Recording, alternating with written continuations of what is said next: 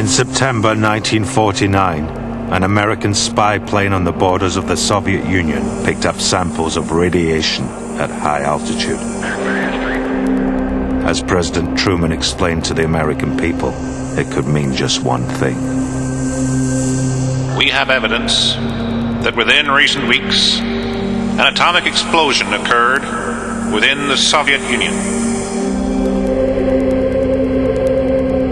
The world had woken up to the threat of nuclear weapons 4 years beforehand, in 1945. To end the Second World War, the Americans had dropped an atomic bomb on Hiroshima in Japan.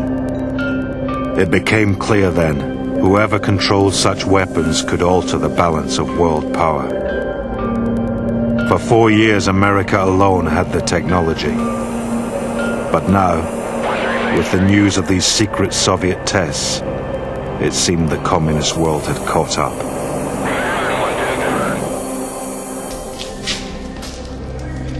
This program tells the story of how Stalin got his bomb. Agent Lamphere, Klaus Fuchs. I've told them everything I can remember. I want to make it clear. I have nothing more to give you. That's just a few more questions, Klaus. Agent Lamphere's come all the way from Washington. 8 months after the Soviet test, in May 1950, an American agent of the FBI was given permission to question a British citizen serving time in Wormwood Scrubs. The prisoner's name was Klaus Emil Fuchs. I just thought you could tell me what you told Mr. Skardin here, starting from the beginning. And take your time, Klaus. We're not going anywhere. German by birth, Klaus Fuchs had worked as a nuclear scientist in both Britain and America. But secretly, throughout that time, he'd been passing information to the Soviet Union. In 1945, he'd passed over the greatest secret of all: how to make the atom bomb. His story is that of a man caught between East and West, in a decade that saw relations between America and the Soviet Union collapse, from wartime alliance to the post-war hostility of the Cold War. For his treason, Fuchs was sentenced to 14 years. So what do you want to know? What made you a communist? Seems a good place to start. It's all in the file. I was German. See it from my point of view. Hitler's Nazis had come to power. All of a sudden I had no country. My country flew a swastika flag. To be a communist was to show your hatred for the Nazis. That's how it began. I was beaten up by brown shirts. I was left in a river for dead. I escaped. I came to Britain. But you stayed a communist. I don't see these distinctions between nations. I see distinctions between people. Ruling class, working class. An international brotherhood of workers. And many of the scientists I worked with thought the same. In Britain, in 1941 this was, I read communist literature. Marx and Lenin. It was exciting. Exciting? Because it was so scientific. For the first time, a theory explaining how people behave, the building blocks of how society works.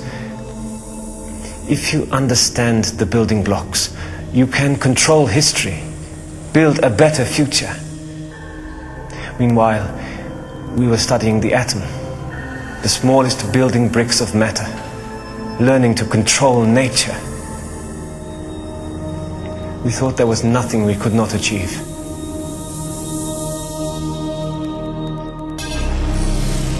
Fuchs's research into the process of splitting atoms of uranium was at the cutting edge of science. This theory of fission was only 2 years old but already it had generated great excitement across the world. In Russia, scientists like Igor Kurchatov knew as well as anyone what this work meant. Splitting atoms would set off a chain reaction in which vast amounts of energy would be released. It could be used to make a super bomb like no weapon ever seen before. But in June 1941, 1 month after Fuchs began work for the British, the German army invaded Soviet Russia.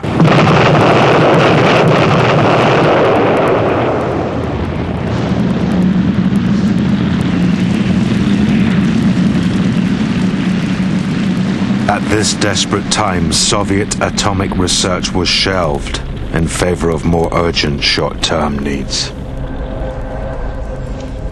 From my point of view, of course. When the Germans invaded Russia, it simplified things. How do you mean, simplified things?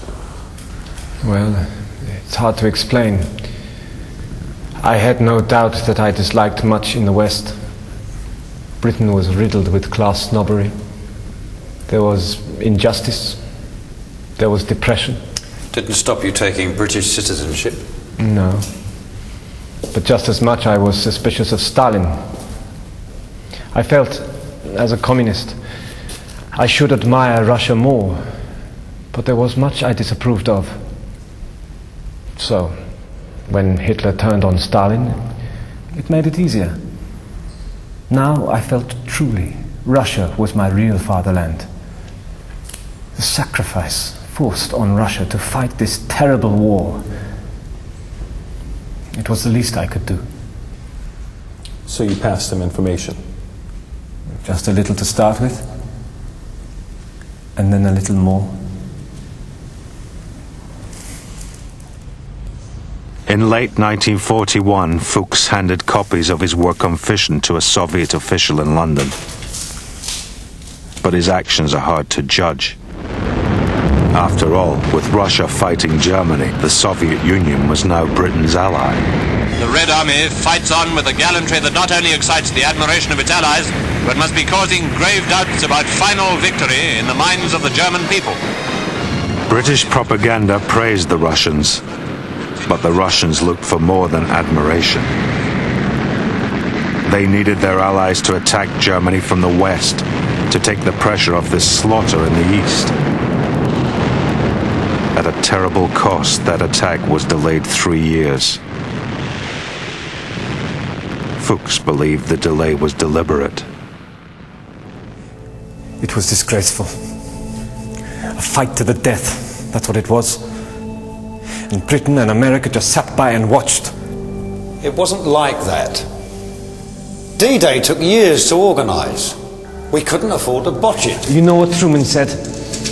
He said, if we see Germany's winning the war, we should help Russia. If we see Russia's winning the war, we should help Germany. Let them dispose of each other. That was in 41. He wasn't president in 41. He wasn't speaking for America. No. But he was saying what you were all thinking, wasn't he? To some extent, Fuchs was right. The differences between capitalist West and communist East were deep-rooted, only papered over by this wartime alliance. In fact, it was the war itself that showed many in the West how powerful Soviet Russia had become. Russian bayonets and Russian tanks. There was a growing awareness that today's friend might be tomorrow's enemy.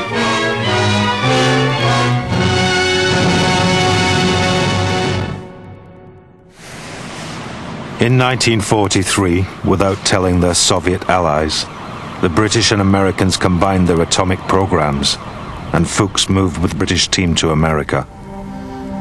They lived and worked in a US Army camp at Los Alamos in New Mexico. The Manhattan Project boasted the greatest concentration of scientific talent the world had ever known. Their vital task: to produce an atomic bomb before the Germans got there first. Despite his natural awkwardness, Fuchs made friends in Los Alamos, but all the time he was living a double life. It was as if I'd split my mind into two separate compartments. In one compartment, I let myself make friends and be free and easy and happy. In the other compartment, I kept my duty to Soviet Russia and my meetings with my contact in Santa Fe. Codename Raymond. So, yes, in my mind, my fellow scientists were both friends, but also people I could betray. In 1945, the Manhattan Project was ready. Just before dawn on July 17th, in the desert 90 miles from Los Alamos, the countdown to the world's first atomic explosion began. 7, 6, 5, 4, 3, 2, 1.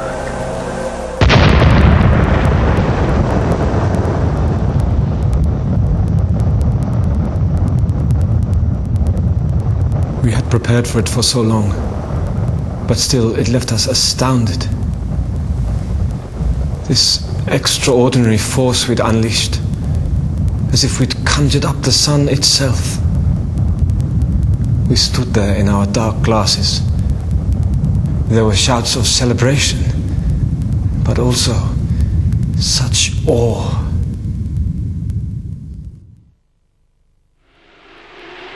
In 1945, by comparison, Soviet nuclear research was still in its early stages. On a secret forest site 200 miles from Moscow, a research base, Arzamas-16, had been set up. But in the spring of 45, the pace at Arzamas had slowed almost to nothing. These home movies show Kurchatov, the scientist in charge of the project. He'd grown his beard in the war's early stages and had once vowed never to shave till the war was won. Now that victory over Germany had at last arrived. The Red Army was in Berlin, bringing to a close 4 years of struggle.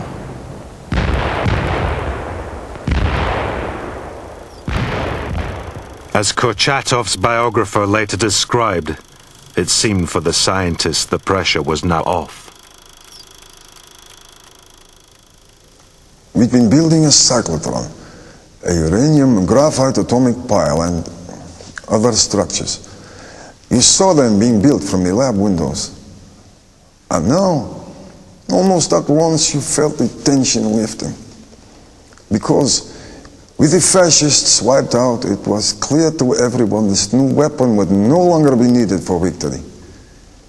Instead, we thought we could turn our efforts to finding peaceful uses for nuclear energy, developing breakthroughs in medicine, cheap energy for power to lighten human labor, research for the good, not destruction of mankind.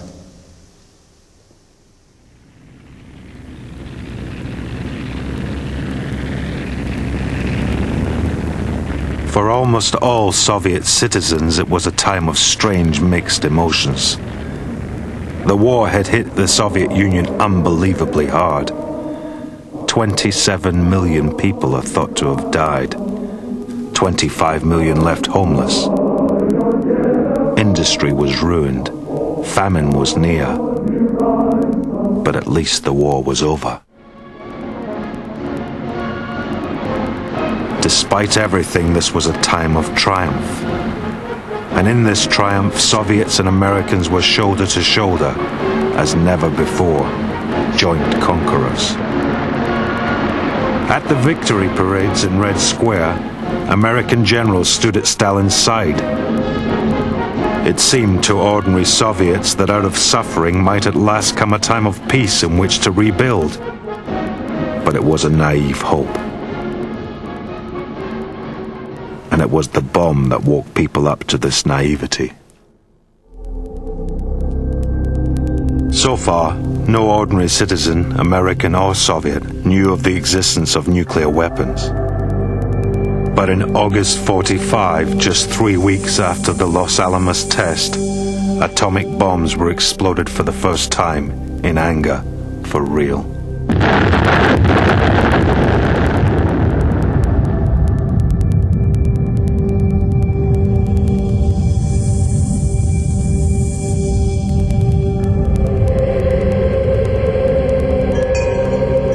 The bomb drops at Hiroshima and Nagasaki, ordered by Truman to end the war against Japan, gave the world a graphic glimpse of America's newfound strength. The power to destroy, at a distance, whole cities, entire civilian populations.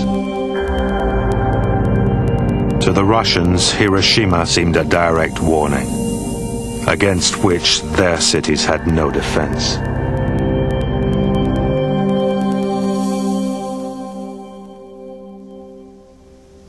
It was atomic blackmail, pure and simple. We knew now there'd be no time to recover.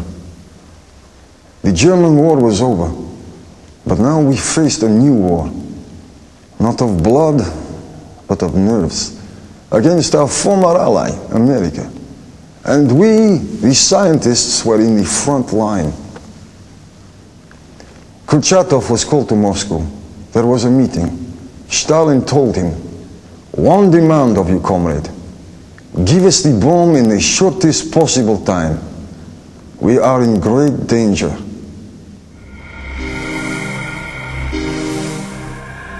Despite the desperate state of the Soviet economy, the industry necessary for atomic research was rushed into existence. Not just scientists in labs, but processing plants, reactors, vast mining operations for uranium and graphite. The thousands of laborers involved were prisoners, slaves supplied by the secret police. But as the scientists put it later, this was no time to be particular. There was, it's hard to describe, a special atmosphere. We thought only that we must complete our task as soon as possible before the American atom bomb fell on us. But also there was an urgency which was more personal. To put it bluntly, we knew that if we failed, we would join the prisoners, and that other scientists would be found to fill our shoes. But in this scramble for a solution to the atomic problem, Kurchatov did have one enormous advantage. A complete description of the American bomb, drawings and all, courtesy of Klaus Emil Fuchs.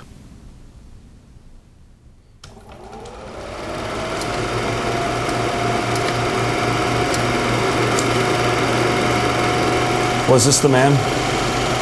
Was this contact? Raymond. Yes. He looks more fleshy than I remember. But you'll testify that this man, Harry Gold, was your contact in the States. All that time I never knew his name. We met in Santa Fe in the summer of '45.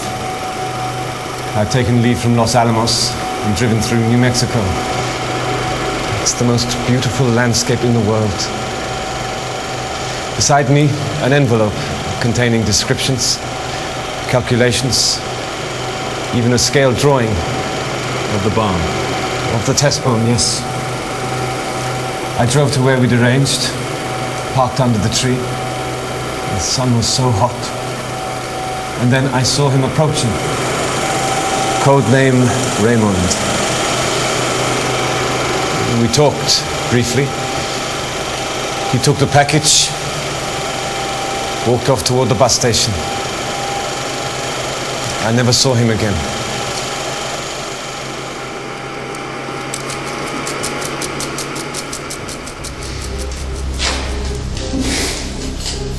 When he was caught later, Fuchs never showed any regret for what he'd done.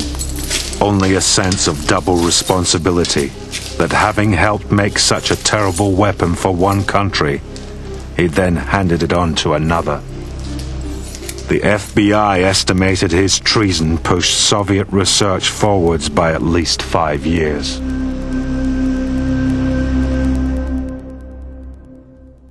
The first breakthrough was on December the 25th, 1946, when our first atomic reactor went into operation. On the loudspeaker, the first clicks were heard from the counter, speeding to a steady hum as Kurchatov raised the lever. On that day, we produced just a few micrograms of plutonium, but it meant that the atom bomb was no longer a secret to us. And then, of course, the second milestone. August 29th, 1949. The greatest day of Kurchatov's career. There had been prepared a test site on the sun-scorched steppe of Kazakhstan. A large depression surrounded by hills, in the center of which a steel tower had been built. I remember seeing the guinea pigs, the horses and cows and flocks of birds flying from the waterless desert to the man-made water pool in the center of the bowl. Soon they would be turned into steam, ionized together with the pool and scattered around the steppe. We felt nature gripped by a weight of silence. And then,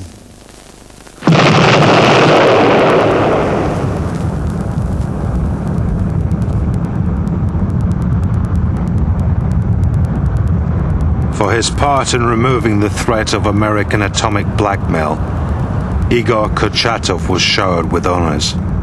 The Stalin Prize, the Order of Lenin, a hero of Soviet labor.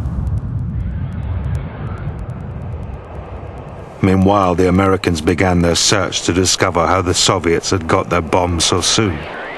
By coincidence, within days, unscrambled coded messages led to Klaus Fuchs as the source of the leak.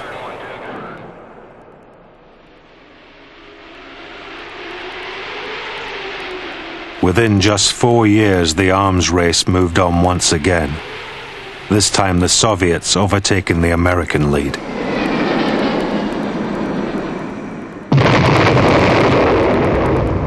The hydrogen bomb, first exploded at the Kazakhstan test site in August '53, made the atom bomb seem trifling.